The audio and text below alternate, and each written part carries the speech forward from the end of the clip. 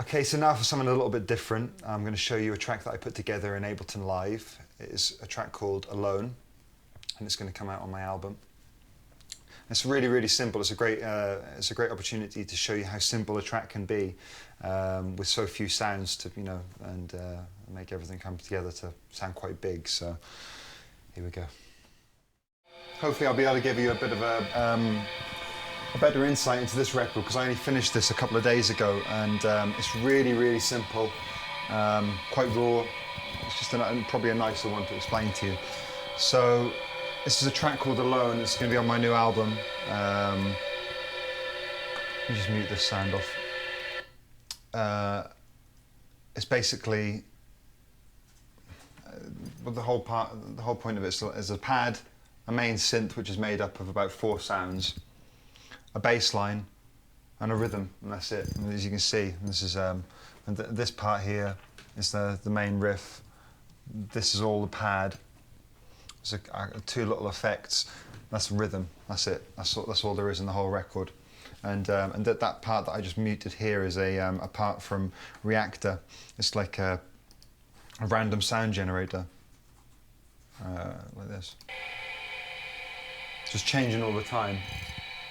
And I have that playing throughout the track, and I can't remember what parameter I changed on this.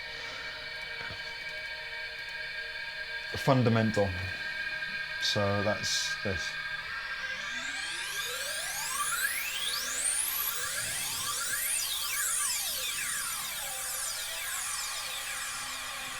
So I try to move that in different parts of the track to make it open out a little bit more. Works quite nicely. So anyway, I'll play the record.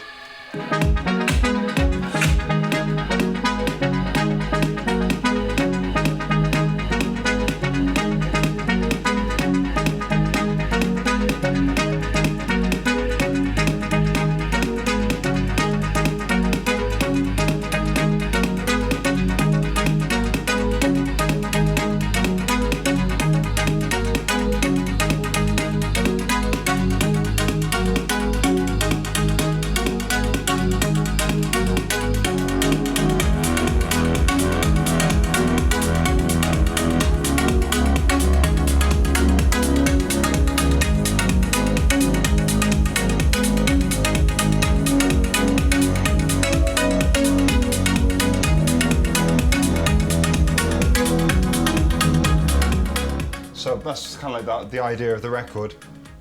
So I'll break it down as to how I made the tune. It's quite chords, isn't it? Yeah, so it's nice. Yeah. I can't even remember how I think I started it with this sound here. Oh, I've rendered it to audio. Let me go and I'll pull in the. I'm going to plug a lovely feature from Ableton Live, and it's the feature where you can go and grab. You can go and grab your old parts from old projects into your current one without too much of a hassle.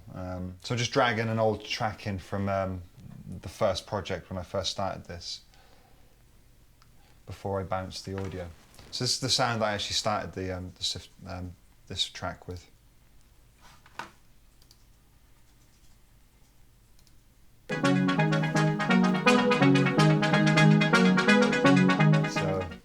What synth is it?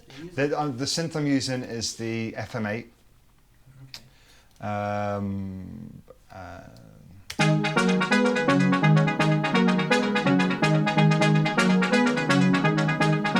So the whole riff I've built up of 3 different sounds.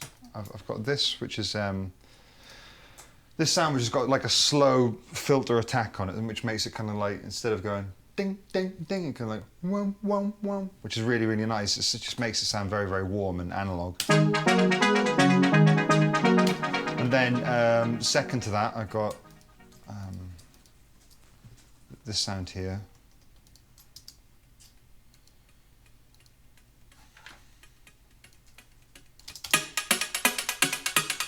It's the sound that gives the bite, and also the delay on it.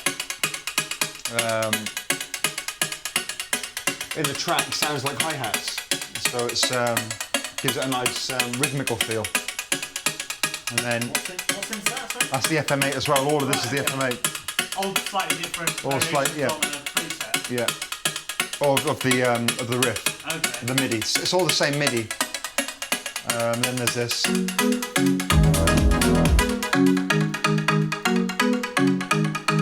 think it's like an FM8, like woodblock sound, or something like that. So you combine them all together.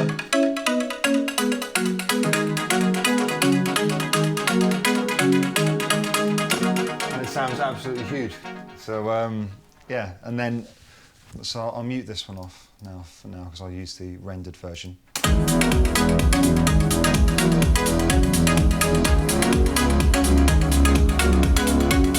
So I have the three sounds from the FM8 bussed into one channel called Riff 1, and on that I have a filter, the Synalxis TPK.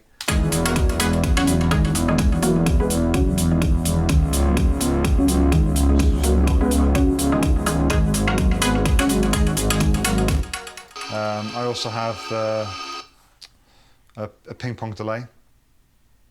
There was one main one, which is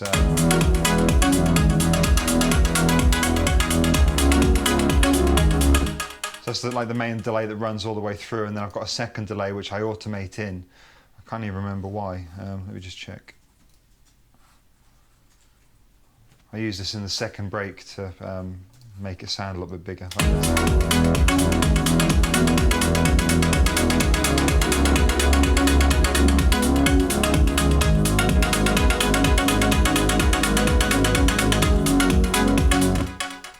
So just all things to automate, and then on top of that, I then bus that bus into a main riff bus. God, that sounds very complicated, but yeah, look, that goes into that. That's what I mean. And then after that, I have the same riff again, being copied, but with some string samples. Like this.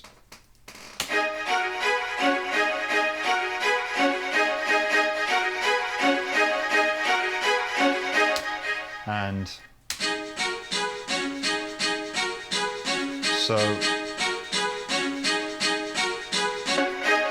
the first one being a viola and the second one being a cello, I think.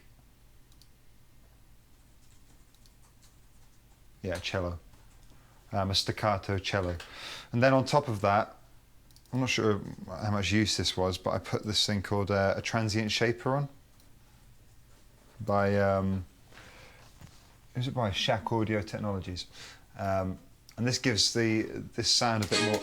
It changes the attack and the bite of the sound, because the samples that I had for this string, they weren't really like very stabby. Like, I wanted them to have a lot of impact and with this riff, and so I had to create that with this transient shaper. I mean, this is the sound without it. And then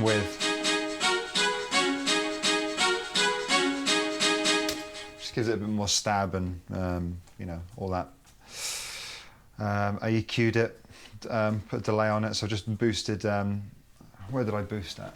I boosted it about 4K and 4K and where else? Oh crap! An 8K, just to give it a nice bright sound. So then that's just the string bus. That's just well, these strings then go into the riff bus, the main riff bus. That's then, in all, I've got 3 parts of FM8 and the 2 strings which make up the whole riff. So if I solo that riff.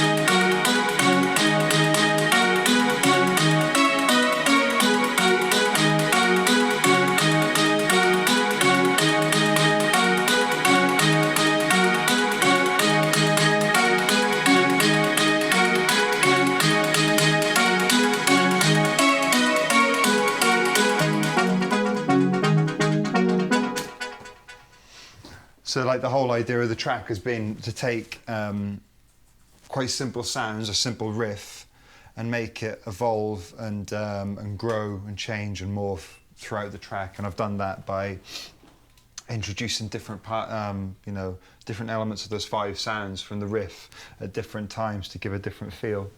So for example, just at that this part of the track here, this is where all the sounds are coming together for the first break, and then I just drop back to the first FM8 synth here.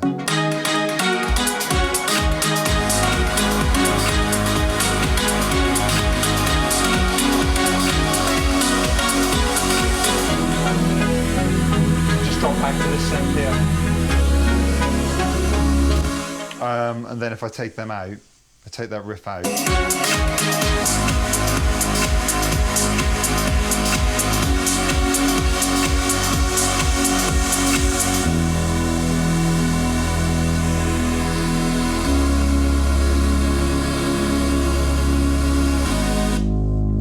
I just have the bass line from my Mini Moog. A very, very simple, kind of uninspiring sound from this with again sidechain compression, and then I've got a pad coming from the, I think this is from the Moog modular.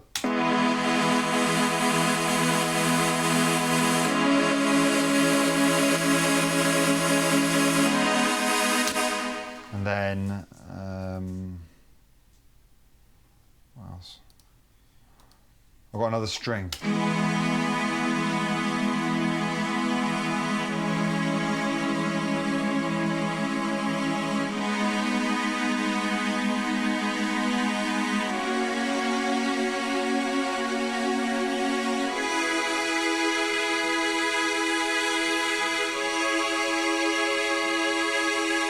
Again, this is from Contact, which I've been using a lot of the string samples from. They're just really, really good. They just work well into the tracks. And I mean, I haven't quite built up to purchasing the Vienna strings because I personally think they're a bit confusing as to which product I need to buy. There's so many of them and so many articulations, whatever they are.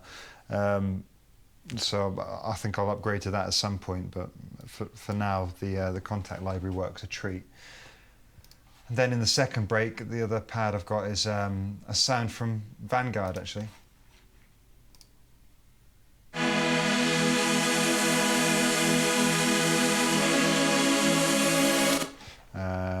Again, just the same chords, it's just doubling up on sounds. So with all these layers, I mean, do you find it difficult to sort of balance everything out? Yeah, a little bit. Yeah, I mean, I've maybe got a little bit more of twiddling around with this to go, but at the moment, I played this out in the club, and this is one of the best sounding records I've made. So it just sounded really, really nice. And do you have a different master bus channel in Ableton to what we previously saw? Let's have a look. I've only got the limiter on there because there's not too much controlling to do, and I'm only lightly tickling this. So.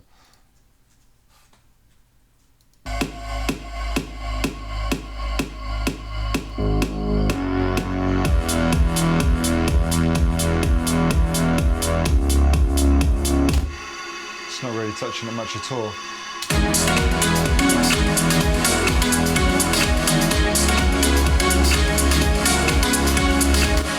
So then, with regards to the drums, I just bust everything into a drum bus. Like I said before, this is the drum bus, how I use it here.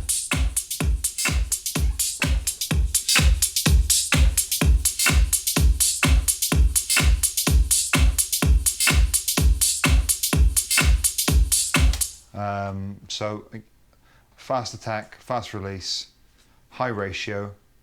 It's kind of squashing the shit out of it really. And then I've actually mixed the dry and wet ratio, so I've still got a little bit of the original signal going through. So this is what it sounded like before. That's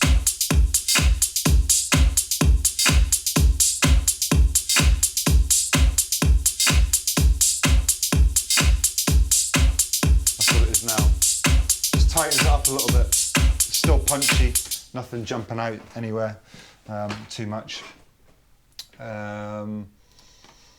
that's pretty much it. It's one of the simplest tracks I think I could show you. The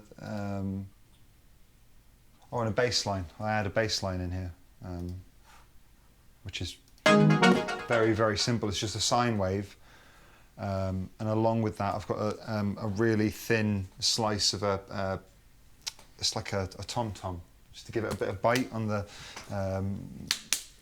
at the beginning of the notes. That's a tom-tom sample, is it? A tom-tom sample from Battery.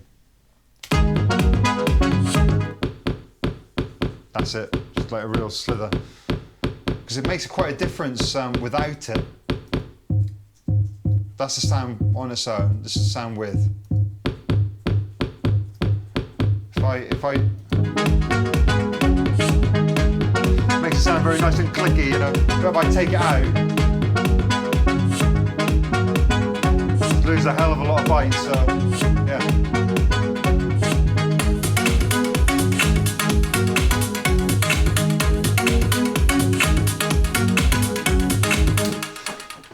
It's just a really, really, really simple record, and that's the best way to keep it.